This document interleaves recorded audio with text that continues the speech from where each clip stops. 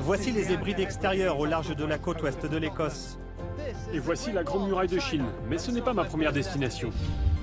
Les paysages ici sont spectaculaires, mais ce n'est pas la seule chose qui rend cet endroit si spécial.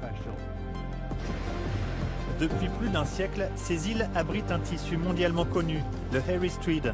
Je vais découvrir comment il est fabriqué.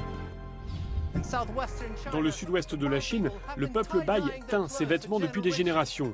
Nous nous rendrons à Dali, la ville ancestrale du peuple Bai. Le tie-dye, c'est comme un accouchement. Vous ne savez jamais à quoi va ressembler votre bébé quand il est encore dans votre ventre. Bonjour et bienvenue dans Crossing Cultures.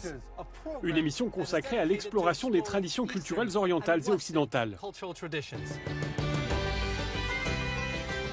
Les Hébrides extérieures d'Écosse se trouvent à la limite de l'Europe du Nord-Ouest. Ces paysages incroyables inspirent les couleurs qui sont tissées dans le célèbre tissu fabriqué ici. Harris Tweed Hebrides est l'une des 3 usines de l'île. Callum me fait visiter les lieux. Donc Callum, c'est ton usine, et voici la laine. Oui, et voici la première étape du processus Harris Tweed. C'est de la pure laine vierge à 100%. C'est tout ce que nous pouvons utiliser pour le Harris Tweed. Nous ne pouvons pas utiliser d'autres fibres que cette laine. On jette un coup d'œil? Oui, allons-y. 50 couleurs différentes sont produites dans cette usine. Elles sont ensuite combinées pour créer des mélanges infinis. Puis la laine est cardée et filée. Protégée par le Parlement, les règles régissant le Harris Tweed sont très strictes. Le tissu doit être tissé à la main par les habitants des Hébrides extérieurs. Derek est l'un des nombreux tisserands locaux. Bonjour Derek. Bonjour.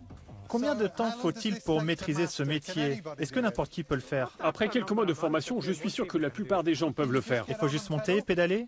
Oui. Je peux essayer? Oui, mais ne pédalez pas en arrière. Pourquoi? Qu'est-ce qui se passe si je pédale en arrière? Ah, les choses vont mal tourner. Ok, très bien, on va essayer. Et n'allez pas trop vite.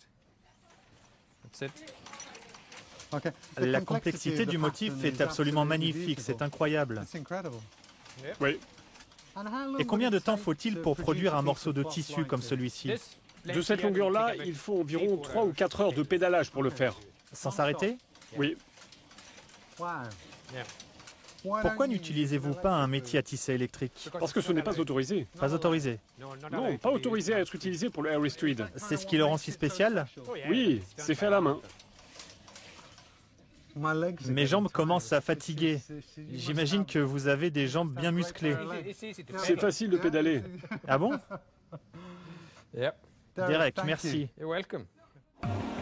Une fois tissé, le tissu est ramené à l'usine pour être nettoyé et pressé. Aujourd'hui, nous aurons probablement environ 40 tweeds revenus du tissage. Et vous avez ici quelques modèles différents qui sont tous cousus ensemble et qui passent dans la machine en continu.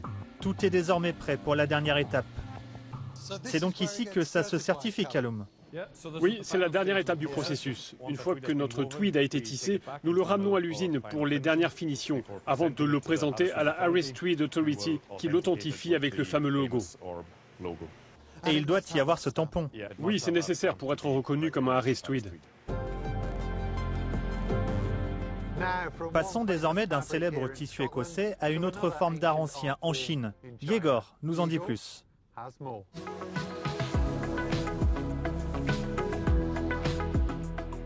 Voici Zhucheng, un village situé près de la ville de Dali. La première chose que j'ai remarqué ici, c'est qu'il semble que tout le monde soit impliqué dans le tie-dye, la teinture par nouage. Pourquoi? Découvrons cela ensemble. Le tie-dye est l'une des 3 techniques de teinture traditionnelles dont les origines remontent à la Chine ancienne. Elle combine un certain nombre de compétences différentes pour produire de magnifiques motifs. Zhucheng, dans la région de Dali, est communément appelée la ville natale du tie-dye des Bai. Bonjour! Bonjour. En venant ici, nous avons vu beaucoup de cette plante dans les jardins. Oui, De quoi s'agit-il? c'est une racine de guêde. On l'utilise pour la teinture. La racine de guêde a une grande valeur médicinale pour les Chinois. C'est la base d'un médicament contre le rhume très populaire ici. J'ai donc été surpris de découvrir que les Bai en extraient un pigment pour la teinture. Le peuple Bai a une approche unique de la teinture tie-dye. Elle comporte 8 étapes, dont les plus importantes sont évidemment le nouage et la teinture.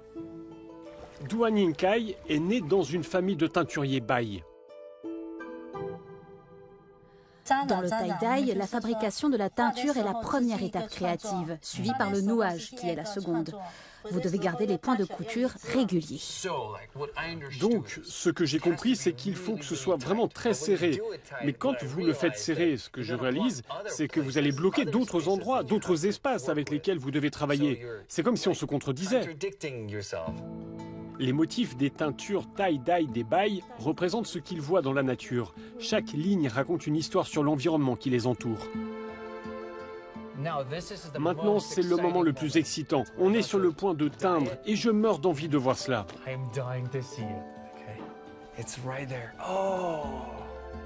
C'est vert au début, puis ça devient progressivement bleu en s'oxydant dans l'air. C'est comme une réaction chimique, ça devient bleu. Quand vous regardez, c'est vert à l'intérieur, mais sur la couche supérieure, parce qu'elle est en contact avec l'air, l'oxygène, ça devient bleu. Je vais bien le remuer pour vous.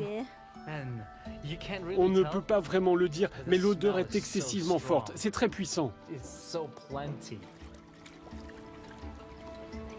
Vous voyez, les endroits froissés ne sont pas encore oxydés.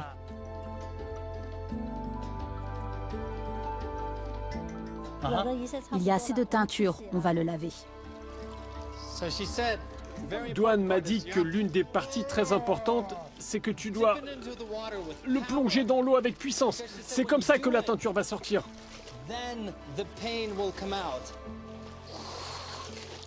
C'est à peu près ça. C'est bon? Oui, ça me paraît bien.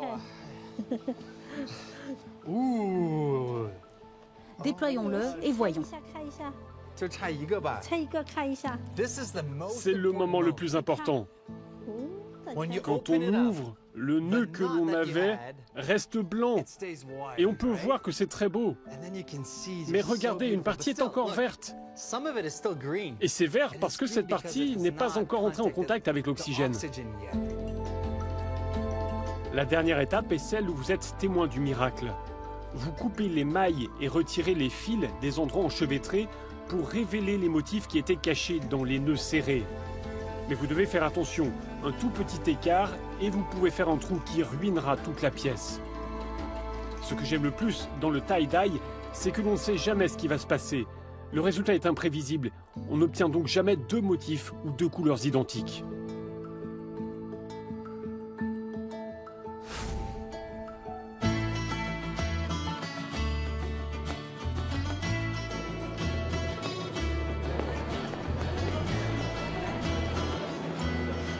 Comme tout bon gentleman, je veux avoir l'air d'un homme d'affaires, alors je suis ici à Édimbourg pour découvrir le meilleur du style écossais.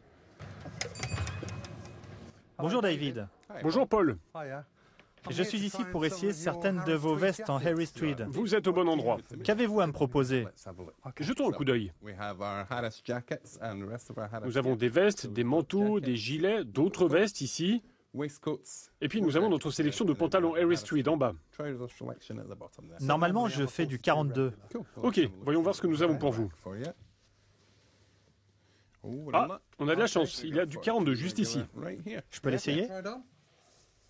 Ah, regardez ça. Détendez-vous et boutonnez votre haut pour moi. C'est génial. C'est bien et lourd, on a le poids de Harris. Il y a beaucoup de détails. Oui, regardez toutes ces couleurs. Alors, quelle est la popularité du Harris Tweed? C'est incroyable, il y a un attrait mondial. Les gens viennent de partout. Nous recevons des visiteurs du monde entier et tout le monde connaît Harris Tweed. Il a une réputation et une reconnaissance mondiale. Donc vous avez beaucoup de clients qui viennent de l'étranger?